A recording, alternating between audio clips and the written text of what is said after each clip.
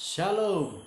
Kita bertemu lagi dalam ruangan renungan harian 2022. Januari 10. Cermin di dalam air. Itulah tajuk renungan kita pada hari ini. 1 Yohanes 1 ayat 9. Jika kita mengaku dosa kita, maka Ia adalah setia dan adil sehingga Ia akan mengampuni segala dosa kita dan menyucikan kita dari segala kejahatan. Di antara mezbah korban bakaran dengan kemah suci terletak satu bejana yang diperbuat daripada tembaga atau tempat di mana imam membasuh dan membersihkan dirinya sebelum masuk ke dalam tempat kudus. Sesungguhnya ini ialah sebuah besen yang istimewa. Biasanya di dalam kamar mandi kita mempunyai cermin yang ditempatkan di atas pemancur air untuk melihat wajah kita. Ketinggian cermin itu adalah pada paras mata, manakala air diletakkan pada paras tangan. Besen Tuhan tidak direka seperti ini. Kita diberitahu di dalam besen yang berisi air itu telah dialas dengan cermin yang telah didermakan oleh para perempuan daripada anak-anak Israel. Keluaran 38 ayat 8. Oleh itu, apabila seseorang memandang ke dalam besen, mereka akan melihat diri mereka sendiri yang telah dipantulkan semula melalui air itu. Terdapat banyak cermin ajaib yang menakjubkan dalam cerita dongeng. Cerita ataupun cermin untuk melihat putri-putri sedang tidur, cermin untuk melihat masa depan, dan cermin untuk melihat siapakah yang tercantik di antara semua.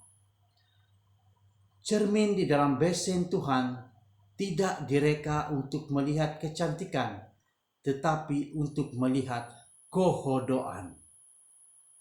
Yakobus 1 ayat 23 hingga 25 memberitahu kita sama seperti orang yang melihat rupa muka sendiri pada cermin, kita juga boleh melihat hukum Tuhan untuk melihat ketidaksempurnaan kita.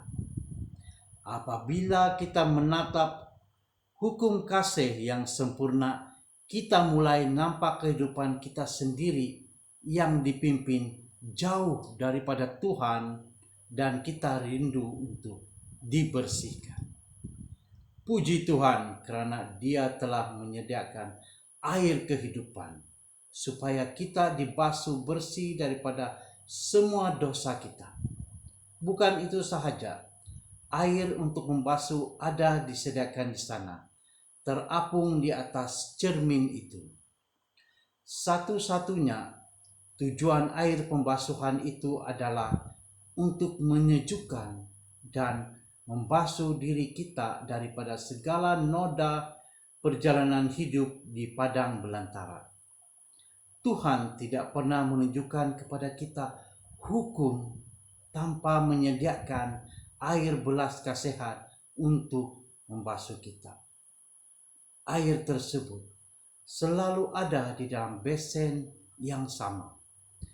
Sekarang ialah masa untuk membasuh dengan air pembasuhan kasihnya.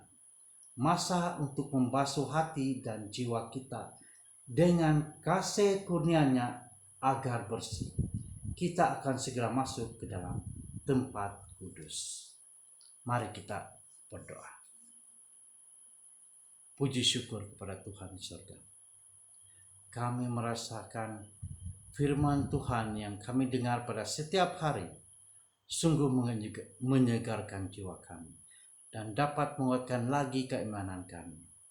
Kami mengucap syukur dan terima kasih kepada Tuhan atas firman-Mu yang begitu indah bagi kami, begitu menyegarkan dan dapat menumbuhkan lagi keimanan kami ke dalam Tuhan.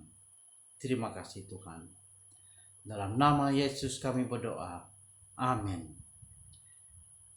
Itulah tadi renungan kita pada hari ini, dan kita akan bertemu lagi mendengar firman Tuhan yang akan dapat menjadi pedoman atau panduan dalam kehidupan kita. Amin.